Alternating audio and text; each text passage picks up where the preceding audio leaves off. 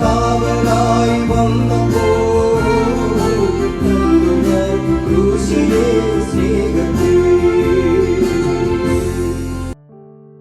ദൈവനാമത്തിന് മഹത്വമുണ്ടാകട്ടെ. ഇന്നത്തെ പ്രഭാത ധ്യാനത്തിനായി 46-ാം സങ്കീർത്തനം 10-ാം വാക്യം.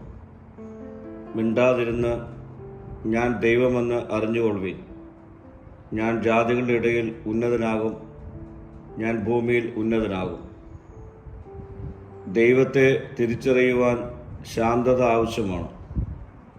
ജീവിതത്തിൽ നാം അതിവേഗം ഓടിക്കൊണ്ടിരിക്കുകയാണ്. പ്രശ്നങ്ങൾ, ആശങ്കകൾ, ഭയങ്ങൾ, ഉത്തരവാദിത്തങ്ങൾ ഇവ നമ്മെ നിരന്തരം ഓടുവാൻ പ്രേരിപ്പിക്കുന്നു.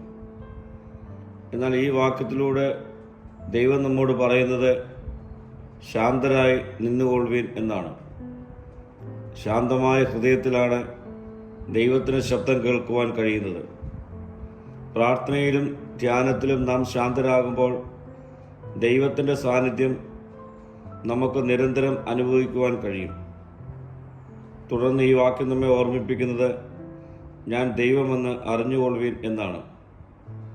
അതായത് നമ്മുടെ ജീവിതത്തിൽ എന്ത് സംഭവിച്ചാലും അവസാന നിയന്ത്രണം ദൈവത്തിൻ്റെ കയ്യിലാണ്. കാറ്റും കോളും ആഞ്ഞടിച്ചാലും, പ്രശ്നങ്ങൾ, ബുദ്ധിമുട്ടുകൾ ഏറിയാലും ദൈവം എല്ലാം അറിയുന്നവനും നിയന്ത്രിക്കുന്നവനുമാണ്. അതുകൊണ്ട് ഭയത്തോടെയല്ല, വിശ്വാസത്തോടെ ജീവിക്കാം. ദൈവത്തിൽ നാം പൂർണ്ണമായി ആശ്രയിക്കുമ്പോൾ നമുക്ക് പറയുവാൻ കഴിയും, എൻ്റെ ജീവിതം ദൈവത്തിൻ്റെ കൈകളിലാണ്. പ്രിയരെ, ദിനംപ്രതിയുള്ള ജീവിതാനുഭവങ്ങളിൽ പ്രയാസം നേരിടുമ്പോൾ നമ്മുടെ ഹൃദയം ശാന്തമാക്കി ദൈവത്തിൽ പൂർണ്ണമായി വിശ്വസിച്ച് പ്രാർത്ഥനയോടെ ദൈവത്തിൻ്റെ സമയത്തിനായി നമുക്ക് കാത്തിരിക്കാം. അവൻ്റെ സമയത്ത് അവൻ നമുക്ക് വേണ്ടി ഇറങ്ങി പ്രവർത്തിക്കും. പ്രാർത്ഥിക്കാം. കർത്താവേ, പ്രതിസന്ധികളിൽ വിശ്വാസത്തോടെ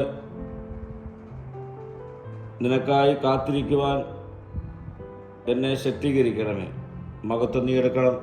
യേശുവിൻ്റെ നാമത്തിൽ തന്നെ. ആമീൻ.